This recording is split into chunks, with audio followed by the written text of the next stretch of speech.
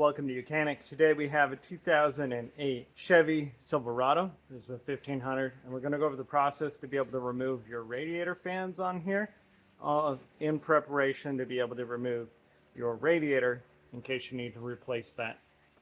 We are replacing the radiator on this vehicle due to it's got a leak in it.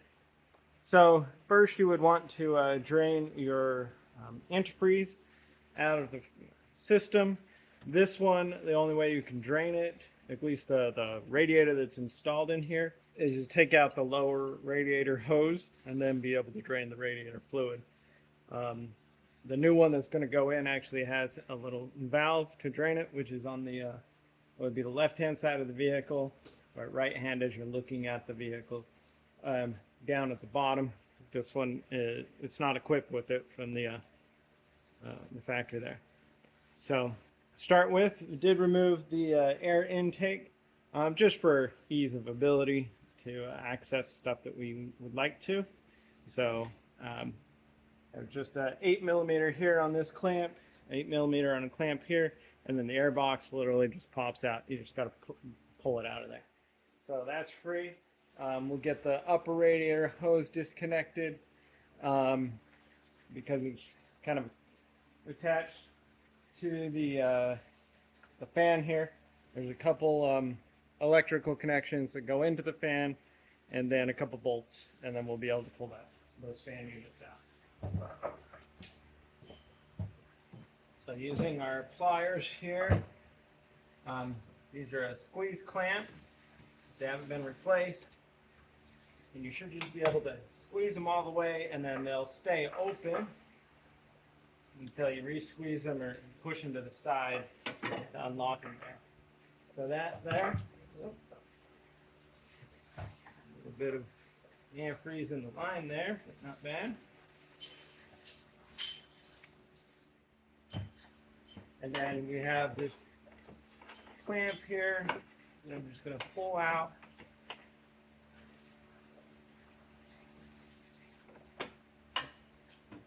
And then that way we can actually just set that hose out of the way up top there. This we separate from the little clip there. And then we have two 13mm bolts to remove here. And then two electrical clips down there at the bottom for the fans. Need to unclip those. I'm just going to reach down, squeeze the clamp.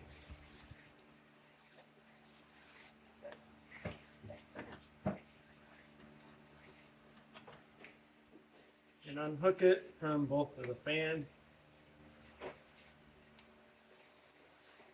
There we go. And now, take out the 13mm bolts up top here, and so then we can remove our fan.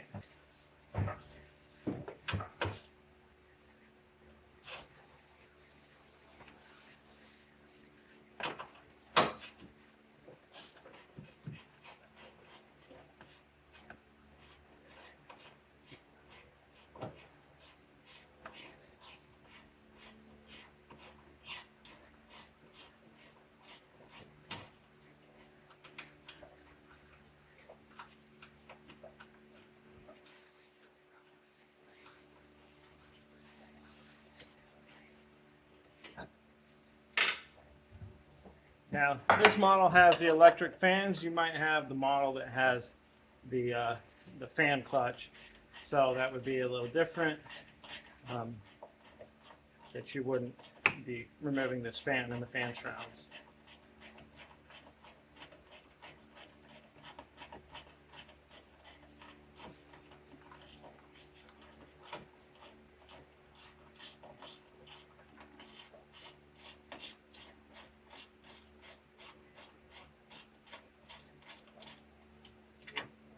All right, so we got those bolts undone.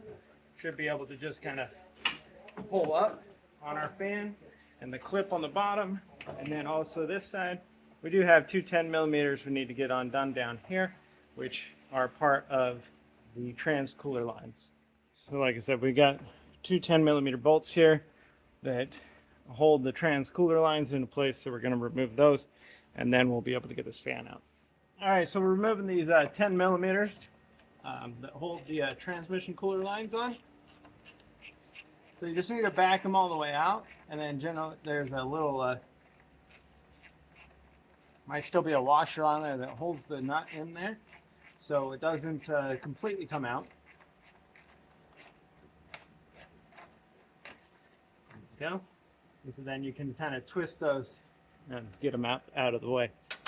So now, that being undone, you should be able to just kind of pull this up and out, and that would be our removal of our radiator fans, whether you're replacing them or removing them to get the radiator unit out itself. So we set that aside, and now we'll be able to start undoing the lines here. We already undid the upper line, and then two big bolts here, which look like also a 13 millimeter that hold the top of the radiator in, and then we'll be able to push the radiator back and pull this thing out. Got one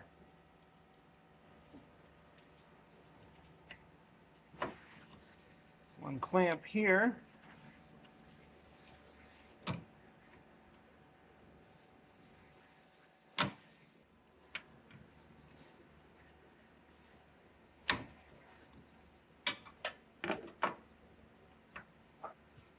Okay.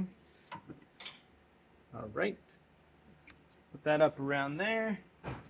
And then we have another, this little radiator hose here. Separate that.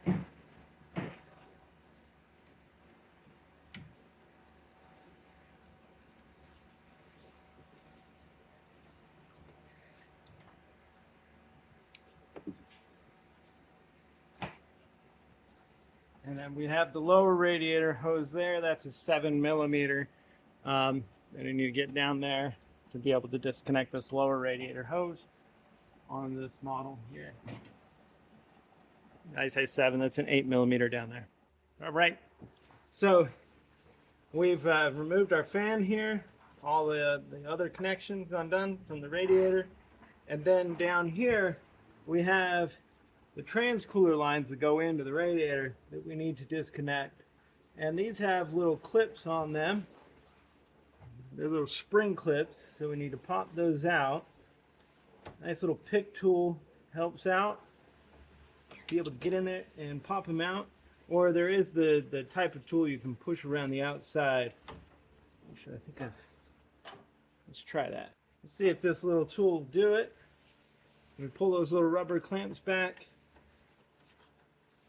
And then being able to slide this.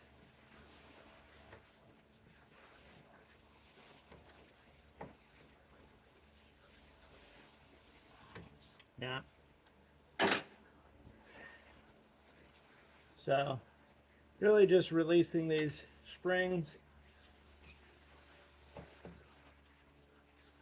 You are going to lose a little bit of, you'll lose a teeny bit of transmission fluid when you do this. Increase the trans fluid that's in your radiator, so you may have to add some.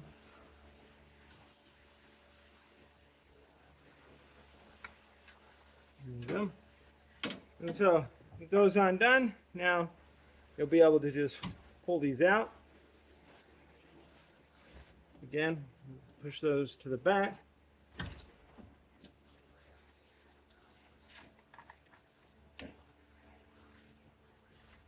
And there. So now undo these 13 millimeter bolts on both sides, and the radiator will push backward, and then we'll just should be able to just pull it straight up. So.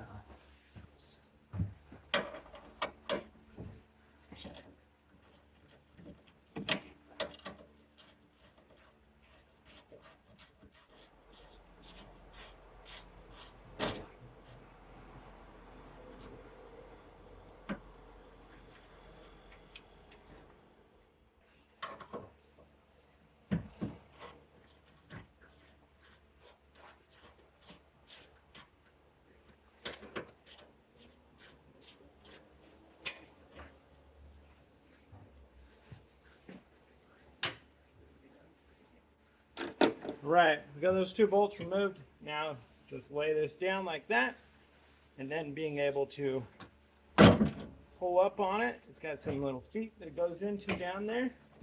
And now we can remove our radiator from our vehicle for replacement with the new one. Alright, so that's the removal of our radiator. I'm going to clean up a little bit of stuff there, the fluid down there, and get prepped and ready to be able to put the new one back in. So, removal of your radiator on a 2008 Chevy Silverado with the 5.3 engine in it. Thanks for watching Mechanic, where you can be the mechanic.